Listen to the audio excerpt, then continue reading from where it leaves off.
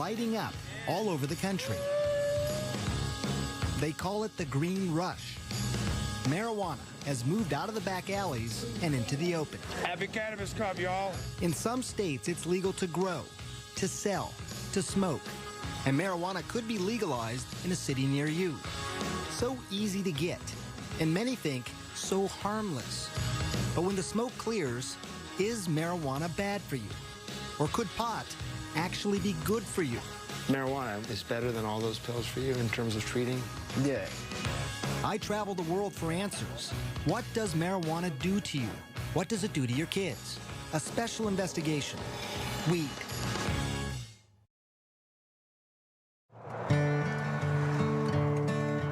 Our journey begins here, in this small town home, nestled in the mountains, with a family who has never allowed TV cameras in before. And you're gonna soon learn why. This is so pretty out here. Yeah. They live in Colorado, one of 2 states where it's legal to smoke pot medically and recreationally. But here, it's also taboo to residents like Paige Figge and her husband, Matt. I'm sure it was mentioned to us by someone, hey, you should try this. And I thought, no way. You thought that's fringe stuff? No way, not in a million years, no. But in this area, marijuana is far from fringe. 4 joints, and do you want Island Sweet Skunk? Medical dispensaries are everywhere. Hey, welcome, guys. People are smoking in private clubs and public festivals. But none of this is for Matt. He's a military man, and marijuana would be a career ender. I grew up in Wisconsin in a well-loving family, and I was educated that, like, oh, that's a drug. You don't do that. And I never did. But just decades ago, marijuana was a legitimate medication, also called cannabis, prescribed by doctors and dispensed by pharmacies. This is Harry J. But that all changed in 1930. A relentless warfare against Henry Anslinger, the United States' first drug czar. For him, public enemy number 1, you guessed it, marijuana. This guy saw how he could increase the budget of his department by having this mission, going after marijuana. You know, saying that there's this drug that the Mexican migrant workers are smoking, and it's loco weed, and it's going to make them crazy, and they're going to rape your women. He got the anti-marijuana message out through news reports. And then came this. It is convinced that he is hopelessly and incurably insane. The film, Reefer Madness, portraying the users of marijuana as unproductive, crazed. People are still afraid of what pot can do to them. In many ways, to have defined our attitudes now for 70 years. Yeah. Marijuana then became illegal in 1937. And by 1970, it was a Schedule I controlled substance. The government was saying it had no medicinal value and had a high potential for abuse. All reasons why the Figgies stayed away from marijuana. Until this. And this might be hard for some of you to watch.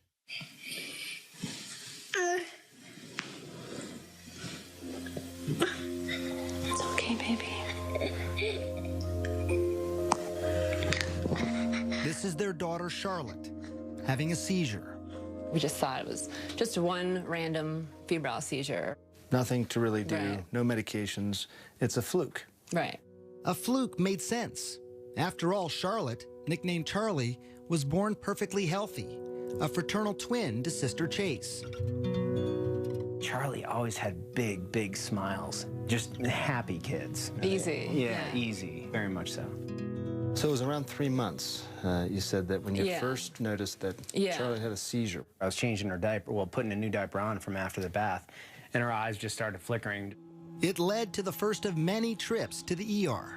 They did the $1 million workup, the MRI, EEG, spinal tap. You know, they did the whole workup and found nothing and sent us home. No abnormal blood tests, no abnormal scan. And developing normally, too. You know, talking and walking, and the same day as her twin. Nothing was behind yet. By the time she was 2, though, the seizures had become constant and started to take their toll on their once happy, joyful little girl. She started to really decline cognitively, and she was slipping away, and she just wasn't keeping up with her twin. The Figgies finally found an answer. It was awful news. Dravet syndrome. It is severe, intractable epilepsy. The seizures start during the first year of life and are unstoppable, difficult to control, and very damaging. Severe behavioral problems, attention deficit and hyperactivity, the self-injury, banging her head on the floor and pulling her hair out, and like a possessed child. This isn't your perfect, happy Charlotte. It was a race against time. Many Dravet kids die young, in early childhood. Charlotte was almost 3. For the next 2 years, the Figgies tried everything. Strange diets, acupuncture, and dozens of powerful drugs like Valium, Ativan, phenobarbital. But nothing seemed to help.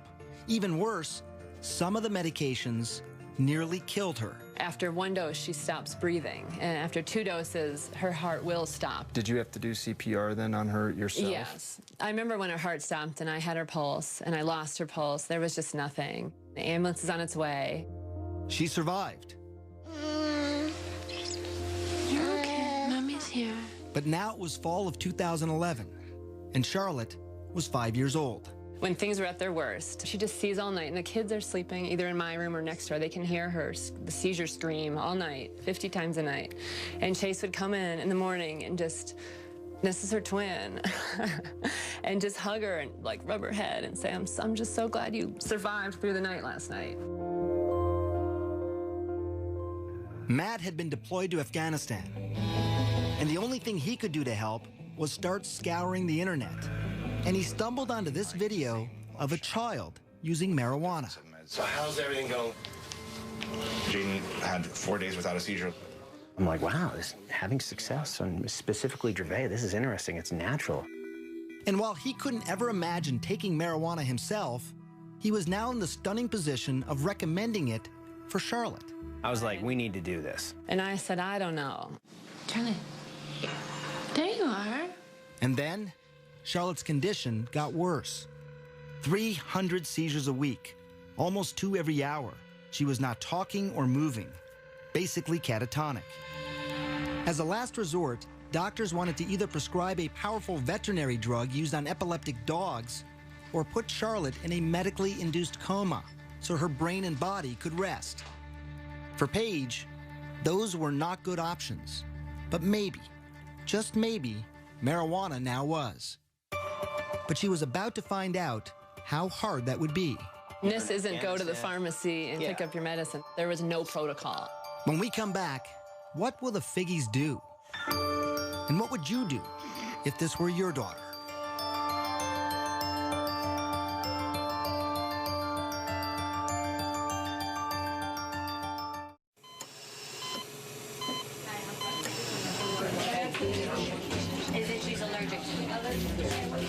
I had resigned myself. I don't think she's gonna survive this. We've seen her flatline in the hospital. We've said goodbye. You're listening to Matt and Paige Figgy describe their own daughter. What would you do if this were your child? Charlotte Figgy had an extreme form of epilepsy. Her body was so frail that any seizure could kill her. With no traditional treatment left to try and the clock ticking away, her parents decided to try marijuana. Charlotte was just 5 years old. You need a card in order to be able to get the cannabis from a pharmacy. Doctors have to prescribe it. You need 2 doctors in Colorado to get the card for a juvenile or a child. It was hard. We were the first young child, and they said no. Everyone said no, no, no, no, no. Certainly her age played a role in my hesitance. Dr. Alan Shackelford is a Harvard-trained physician. He's also among a handful of doctors in Colorado who give prescriptions for medical marijuana. From the moment Charlotte entered his office, he knew she was in trouble. While he was just examining her, she had 2 seizures. She'd failed everything. There were no more options for her. Everything had been tried, except cannabis. Here's how scientists think it might work. Marijuana is made up of 2 ingredients. THC, that's the psychoactive part that makes you high, and CBD, also called cannabidiol. It's the CBD that scientists think modulates electrical and chemical activity to help quiet the excessive activity in the brain that causes seizures. I've been telling my patients to cut. Dr. Julie Holland is the editor of the Pot Book, a complete guide to cannabis. For a long time, the work on cannabis and epilepsy was sort of inconclusive. Maybe it works, maybe it doesn't. They couldn't quite figure it out. And it's only when they really started separating THC from CBD that they saw, definitively, yes, CBD seems to really stop seizures. So the Figgies needed to find something that was rare, a strain of marijuana that was low in THC. Of course, they didn't want Charlotte getting stoned, but also high in CBD to treat her seizures. And that wouldn't be easy. Dispensaries and growers, they make their money off strains that are high in THC. I'm Joel. I'm Josh. No one knows that better than the Stanley brothers. Their family business is pot. And if you look at these clean-cut guys and what you see surprises you, don't worry. They've heard it all before. When we round the corner, they're like, oh, wait a second. Did you finish high school? They all not only finished high school, but also college, and in some cases, graduate school. Now, they are some of Colorado's biggest growers and dispensary owners. They produce up to 600 pounds of medical marijuana a year, and much of that marijuana is high in THC. But here, on their remote farm at this undisclosed location in the mountains, It takes a lot of plants. We're allowed to grow 6 per patient. they have been growing something different, something they call revolutionary. So Greenhouse 1. Greenhouse 1, yes. Welcome to paradise. Behind closed doors and under tight security, we enter what the Stanleys call the Garden of Eden. There's nothing like this in the world. This plant's 21% CBD and less than 1% THC. It took years of crossbreeding plants to get to this point. Instead of breeding up the THC, we've bred down the THC and bred up the CBD. And people said, you're crazy. Who's going to smoke that? So why grow it then? Well, the Stanleys also believed in CBD's potential to treat many diseases. And they had seen it change lives before. I always have 2 strains. Meet 19-year-old Chaz Moore. He uses many different strains of marijuana, many of them high in CBD, to treat his rare disorder of the diaphragm. My abs will, lock up. That's why he's talking this way, almost speaking in hiccups, like he can't catch his breath. It's called myoclonus diaphragmatic flutter. This fluttering here, it's annoying, but it becomes painful pretty quickly, I imagine. Yeah. Yeah, after 15, 20 minutes is where I can start to really feel it. He's about to show me how the marijuana works. He's been convulsing now for 7 minutes. How quickly do you expect this to work? Within the first 5 minutes.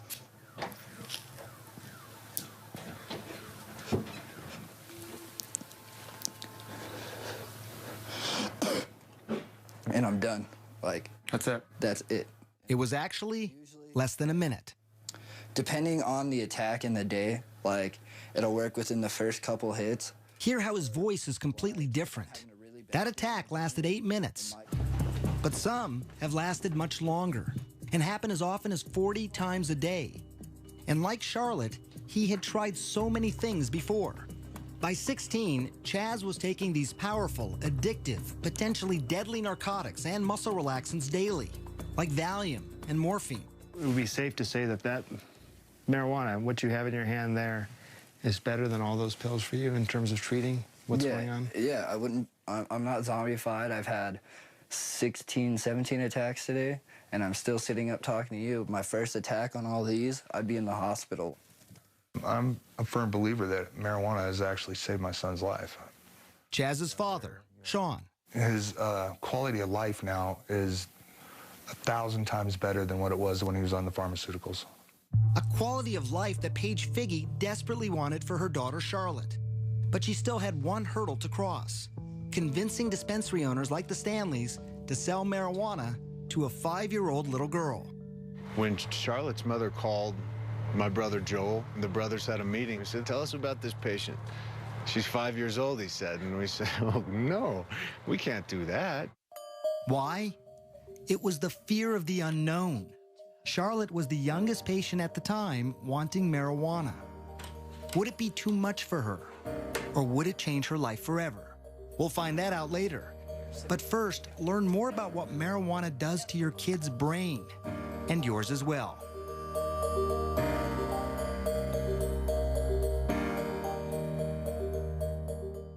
That's what I'm talking about. Y'all smoking or what? If you smoking weed, make some noise. Yeah. April 20th, Denver, Colorado. We like, we smoke, we sing. Woo. Tens of thousands from around the country and the world lighting up legally. Happy Cannabis Cup, y'all. For some, it's a lifestyle. For others, it's a lifeline. We're working with the Lupus Foundation and rheumatoid arthritis. But for all of them, I wonder, what was it doing to their brains? Some of my patients call me pot doc. Your patients call you pot doc? Well, they never meet anybody who's as interested in hearing about their marijuana use as I am. Dr. Stacy Gruber is serious about pot. I want you to name the color and not to read it. Okay. I met her in her labs at McLean Hospital near Boston. She's using high-tech imaging to see what happens in the brain when you smoke. When you first smoke, that is, you light up a joint, a spliff, a blunt, receptors, which are throughout the brain, respond. And these areas of the brain are responsible for things like pleasure, memory, learning, sensation, sense of time and space, coordination, movement, appetite, and other drives, shall we say. So it's sort of an all-over impact, right? So reward, pleasure, hunger. You have this overall feeling of well-being, they say. That all sounds pretty good. Right. It does sound pretty good. And it's not just feeling good, but there's this phenomenon reported by many smokers over the years, especially famous artists, the ability to be more creative. When you feel that high, there's sort of a release of dopamine, and your brain sort of has the ability now to perceive things slightly differently from the way you might have if you hadn't been smoking pot. What you really see is this reduction in inhibitory function. Welcome, Dr. Gupta. Pretty spectacular. Less inhibition. That's something that painter Amir says helps him be more creative. A successful artist, his canvases sell for up to $25,000. It's my favorite way to work. Using marijuana. Yeah. He's been painting for 14 years, smoking for even longer. He says it makes him feel more relaxed, but most importantly for him, he says it makes him less critical of his own work. Stop worrying so much about this and that, and just sort of looking and being as present as possible. Amir does caution that it's a delicate balance for him. It would make me very apprehensive, as maybe a little paranoid, just too analytical. You can get paranoid, you can have disorganized thinking, you get disoriented. It can be uncomfortable, it can lead to panic attacks or anxiety attacks in people. How do you know when you've done too much? Simple tasks become very frustrating, like mixing paint, and then just sort of get into this state of duh, you know?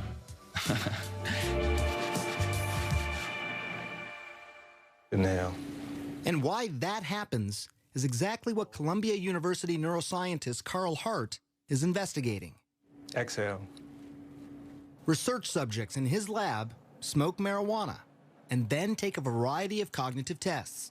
The effects will be disruption in memory, disruptions in inhibitory control. They will become slower at cognitive functioning, a wide range of things. These effects are temporary, but they're pretty pronounced and they are clear. And it's slowly becoming clear to scientists what part of the brain is most affected.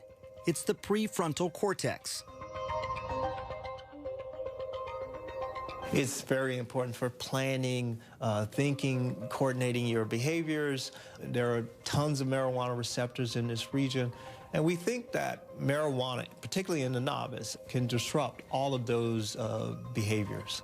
An impairment that Hart cautions could be dangerous, especially when driving.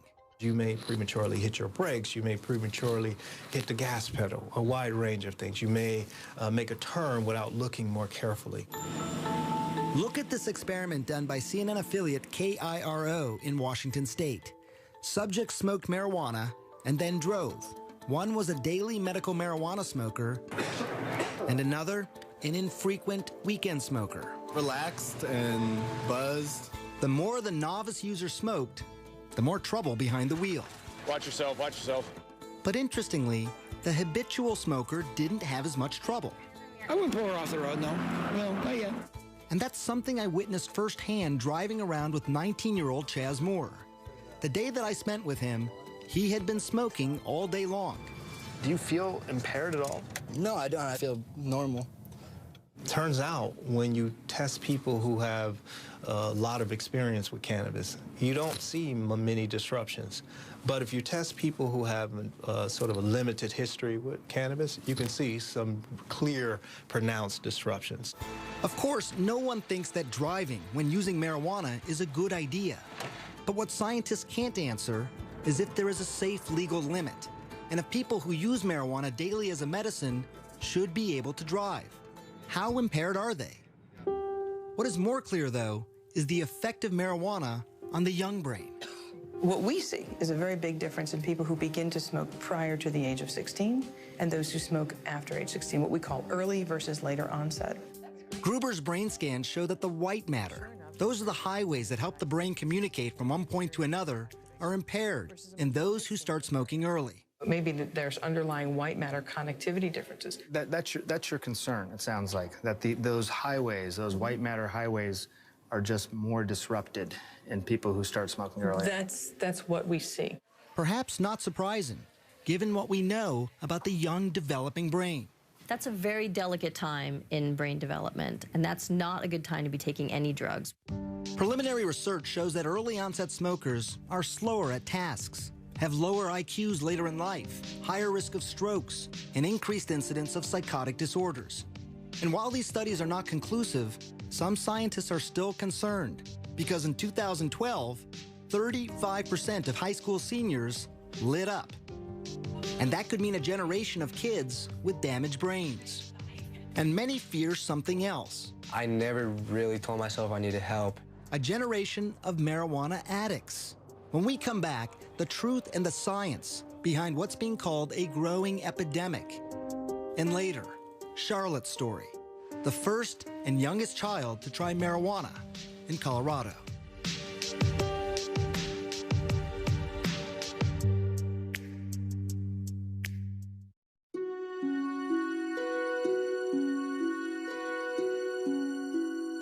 This was the day Chaz Moore almost died. Pumped full of drugs like morphine, Dilaudid, Valium, to quiet a non-stop 48-hour attack. I thought I was going to overdose, and yeah, it was pretty bad. At his bedside, his father Sean watched his son go from being catatonic to what he calls high as a kite. How high are you on the morphine? I'm not high. I've watched friends of mine die from taking the same drugs that he took. You see, Sean was a drug addict, and he had struggled for decades to get clean. It was scary. It was really important for him not to take these drugs if he could avoid them. If he could avoid them. I know how addictive they are. I've seen it. It scared the hell out of me. But Sean is not scared of marijuana, and neither is Chaz. This right here, I don't get sick off of it. I can't overdose. And Chaz is right about that. While there are fatal, accidental prescription medicine overdoses every 19 minutes in this country, there are virtually no reports of fatal marijuana overdoses. And it's perhaps one of the biggest reasons most people think pot is safe. In fact, a new study of children showed that by high school, only 1 in 5 think marijuana is harmful. That's the lowest number in more than 2 decades. And it's something we heard over and over as we traveled around the country. Not really that harmful. It has a lot of benefits. Not really too concerned about it. I think it's safe if you're a safe person. Probiotics are not. But the experts we spoke to said there is more to the story. There are people who compulsively smoke, who want to stop smoking, but they can't stop smoking. In fact, 9% of marijuana users will become dependent. Now, that's not as high as other drugs, like heroin. 23% of users become addicted, or 17% with cocaine, or 15% with alcohol. But it's still approximately 1 out of every 11 marijuana smokers. There's no longer any scientific debate that marijuana is not just psychologically addictive, but also physically addictive. So give me an update. How you doing? Dr. Christian Thurstone runs one of Colorado's largest youth substance abuse treatment clinics. The number of marijuana addicts he treats has tripled in the last 3 years alone. Literally, I cried about it. Marijuana is #1 on their list of priorities. They have dropped out of life. Back in the day, I wouldn't feel like my day has really started if I didn't get high. Joel Vargas started smoking when he was just 13. By 15, he was smoking more than a dozen times a day. He stopped skateboarding. He even dropped out of school. I like getting high. I need to get high because my brain is telling me. Adolescents, starting at about age 13, have a pretty mature brain reward center, so they can experience rewards and pleasures the same way adults can. But the problem with that is that their prefrontal cortex, which helps people think ahead, control their impulses, that's not fully developed until age 24. That explains why adolescents are much more vulnerable. There's something else that addiction experts believe is likely happening in the brain. When you smoke pot, the feel-good chemicals that make up marijuana, called cannabinoids, remember them? They cause your brain to stop producing its own natural cannabinoids. When you stop smoking, you have no feel-good cannabinoids of your own. Until your body kickstarts production, you feel lousy. So many people smoke again to feel better. And today's marijuana could be more addictive. It has more of the psychoactive ingredient THC than ever before. Brain researcher Dr. Nora Volkov. If you smoke a very potent marijuana, the 9-THC content is going to go very fast into your brain at relatively high concentrations, and then that increases its rewarding effects and its likelihood of transition into addiction. So how much stronger is it? You see the barbed wire, obviously, on the fences. Well, I traveled to Mississippi, where marijuana is illegal. But here, on the campus of one of the country's oldest universities, Ole Miss, a huge stash of marijuana is under lock and key. This is our vault. This is some pretty tight security. I mean, look at this door. Mahmoud El Soli runs what's called the Marijuana Potency Project. What's the potency of this? This is about 8%. For 3 decades now, his team has analyzed weed confiscated from drug busts. This is 36% THC. You can smell it. It has a good aromatic smell. How much does this worry you? 36% THC, confiscated. Very, very dangerous material. For someone that is not experienced in marijuana smoking, take some of this and they're going to go into the negative effects of the high amounts of THC, the psychosis, the irritation, the irritability, the paranoia, and all of this. And while not all the plants are this high, there's no question he's seen a trend. In 1972, the average potency was less than 1% THC. Now, it's nearly 13%. Are people becoming more obsessed with high THC marijuana? I think so. They start out with a 0.5% or 1%, and they get a good high. And then as they continue to use that, it doesn't give them the same high anymore, so they seek either smoking more or higher potency material. It happened to Joel Vargas. After a couple of years of smoking daily, Joel eventually ended up in rehab, where he faced mild withdrawal symptoms like irritability, insomnia, nausea. It certainly isn't anything nearly as dangerous as abrupt discontinuation of alcohol. You know, for somebody like Joel, going into rehab is really about learning new behaviors, more than it is about sort of treating the physiological dependence or tolerance or withdrawal issues. Joel's been clean now for 6 months, but these kinds of risks, they don't scare off Charlotte Figge's parents. People ask us that a lot, like, how did you make that decision? It wasn't a decision. It wasn't a decision. It was the next viable option. And some would say a radical option, marijuana for a 5-year-old. But it was an option they hoped would change her life forever.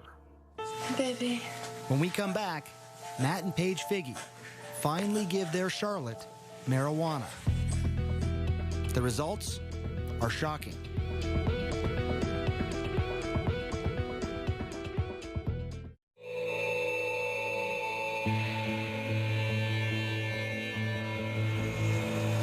It was January 2012. Afghanistan. About 7,000 miles away from his family in Colorado, Matt Figge received this video from his wife, Paige. It's horrible seeing these videos when I'm deployed. It was his 5-year-old daughter, Charlotte, seizing. Diagnosed with a severe form of epilepsy, she was having 300 seizures a week, each attack so severe it had the potential to kill her. They had already tried dozens of high-powered drugs. We needed to try something else, and at that point in time, marijuana was that natural course of action to try. At home in Colorado, Paige searched for marijuana high in CBD. That's the ingredient some scientists think helps seizures, and also low in THC.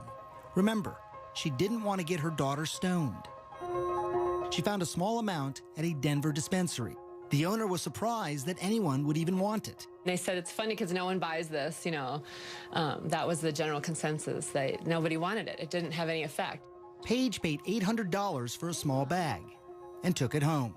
I had a friend that was starting a business on making medicine, and I said, can you help me extract the medicine from this bag of marijuana? I measured it with a syringe and squirted it under her tongue. It was exciting and very nerve-wracking. Holding Charlotte in her arms, Paige waited. An hour ticked by, and then another, and then another. She didn't have a seizure that day, and then she didn't have a seizure that night. Did you sit there and look at your watch? And... Right, I thought, this is crazy. And then she didn't have one the next day, and then the next day, and I thought, she would have had 100 by now. And I just thought, this is insane.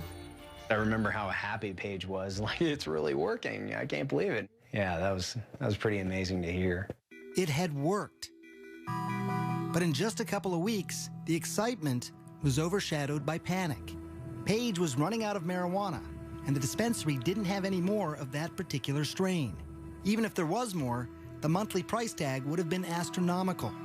$2,000, and not a penny of it covered by insurance. But then Paige heard about the Stanleys, the 6 brothers, and their greenhouse of marijuana that is high in CBD. I said, oh my goodness. He says, I don't know what to do with it. We're trying new things with it, but no one wants it. It's not sellable. I said, just don't touch that, just we need that plant. At first, they didn't want to take the risk of giving marijuana to such a young child. But then they met her. Tell me about the first time you met Matt, Paige, and Charlotte. I'm gonna get you misty-eyed. Yeah, you get all of us crying when we start talking about that little girl. The Figges had hit the jackpot, a steady supply of high CBD marijuana, and they only had to pay what they could afford. People have called us the Robin Hoods of marijuana. They say that we sell pot so that we can take care of the kids and the truly less fortunate. Charlotte was the first of those kids. Late spring 2012, she tried the Stanley Special Marijuana, and again, it worked. I can't tell you what that means to us. Get you a dozen in a little bit. If it doesn't get you, something's wrong with you. She lived her life in a catatonic state. Now her parents get to meet her for the first time. What a revelation. Yeah, gee. The child who had had 300 seizures a week was now down to just 1 every 7 days. Pitter pat, tiptoe. When I first met Charlotte, March of 2013, it was 1 year after that first dose of marijuana. Achoo! After almost 2 years on a feeding tube, she was now eating on her own. Yellow? She was talking, even walking. Puppy. Yeah, please, she said please. Go! But these stories, they are not without their skeptics. One of the country's 2 hospitals dedicated to Dravet syndrome in Florida states at present there is no evidence that cannabidiol is effective for the treatment of epilepsy. The American Academy of Pediatrics also opposes cannabis, as does the National Institute on Drug Abuse. It is such an amazing turn of events that it really can't be a fluke, but I do still wonder. Do you still wonder too, Matt? Hell no. You know it's working. It's working great. You just look wonderful. And Charlotte's doctor, Alan Shackelford, also agrees. Yet his commitment to medical marijuana has drawn criticism. He's even been called Dr. Feelgood. How difficult is this for you to talk about as a physician? We are typically conservative as a profession and probably as individuals. We want more proof, and cannabis doesn't have that. And it's why he has traveled the world to look for researchers who might have the answers. And that took him to the place many call the medical marijuana research capital. Israel. It might surprise you, but actually research into cannabis and epilepsy started here in the 1970s, with studies that showed it could reduce convulsions in rats. Today, Shackelford is hoping to start clinical trials in humans there. We need to understand it well enough that they won't be reluctant to at least give it a thought, at least try it. And it's not just epilepsy, but researchers in Israel are studying a variety of illnesses. When we come back, what they're finding, up close, and an amazing look inside hospitals and nursing homes where patients are lighting up, courtesy of the Israeli government.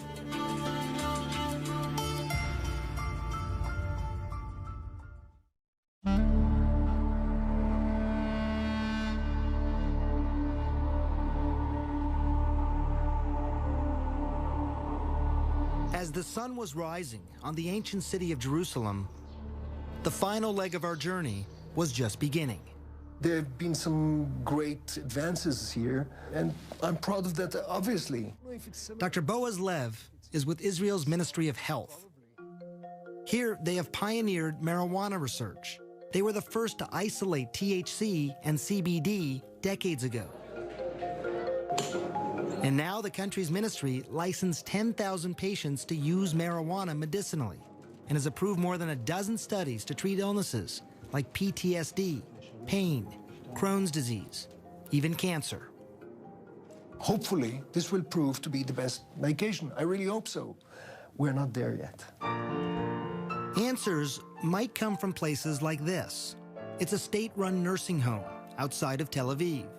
Residents here are using marijuana for pain, loss of appetite, Parkinson's disease, and dementia. Moshe Root is one of those residents. He was 77 when he smoked his first pipe of marijuana. He's 80 now, and he smokes a couple of times a day. It's to help with the pain and the hand tremors caused by a stroke. So it's a mixture of tobacco and marijuana. He even decided to light up during our interview to stop his hands from shaking. You're saying your hands are steady because of the marijuana? It also helped ease a deeper pain hidden from sight. You see, Moshe is a Holocaust survivor. When his wife died a couple years ago, he was haunted by nightmares of his childhood, hiding from the Nazis. The marijuana, he says, took him out of the darkness. You dream. You fly.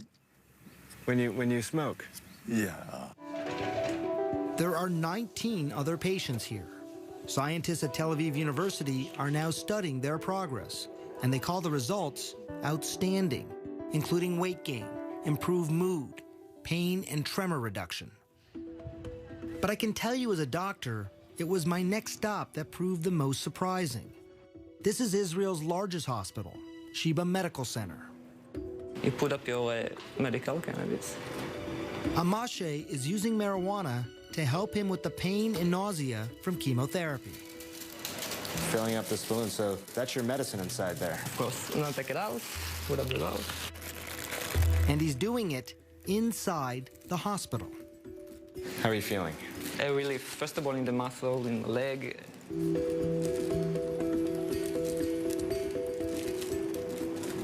And you're not worried about any potential damage to your body? Not at all.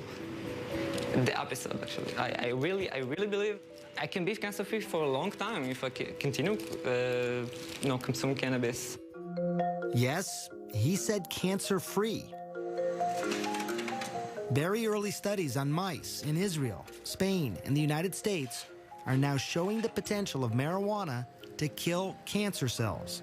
It's exciting research, but it is still in its infancy, and it's inconclusive. This program at Sheba is well established, and experts say a teaching tool for using marijuana in other hospitals. Do you think this could happen in the United States? I don't know that there's yet enough really concrete evidence of cannabis's benefit that's satisfactory, at least in that context. I think it's going to come. But it could be slow going. The FDA has been great at approving studies, but National Institute of Drug Abuse has been really stonewalling and blocking any studies looking at therapeutic effects of cannabis because that's not their mandate. Their mandate is to look at the harms of drug use. It's very easy to blame an organization. Dr. Nora Volkoff, who is the director of NIDA, says they are not standing in the way. She claims they are not the only government institute that approves marijuana research. If you would come up with a grant that says, okay, this is going to be a treatment for drug addiction, then it would go to us. But if it's cancer, it goes to the Cancer Institute. If it is schizophrenia, it goes to NIMH. And so the institutes have a mission with certain diseases. What is clear, there are bureaucratic hoops that most researchers simply don't want to jump through. Neuroscientist Carl Hart. There are not many people studying marijuana. It's very difficult to get approval to study marijuana. What's nice about Israel is that the government is helping the research to happen. And it's research that could give hope to patients like Charlotte Figge. I made it. Scientists in Israel are learning that marijuana use might actually protect the brain, not damage it. They've been able to show that it can decrease the amount of brain damage from head injuries in mice. To be able to give a medicine after the injury to reverse some of the damage, that's huge. I want to paint my nails. You want to paint your nails? I'll paint your nails. I literally see Charlotte's brain making connections that haven't been made in years. It's almost seeming to build her brain, where before it seemed broken. And while scientists are still at the very early stages of knowing if this is actually happening, I can tell you it was remarkable to see her progress. In the 3 months since we first met her, we saw a change. She was now talking more. Say puppy.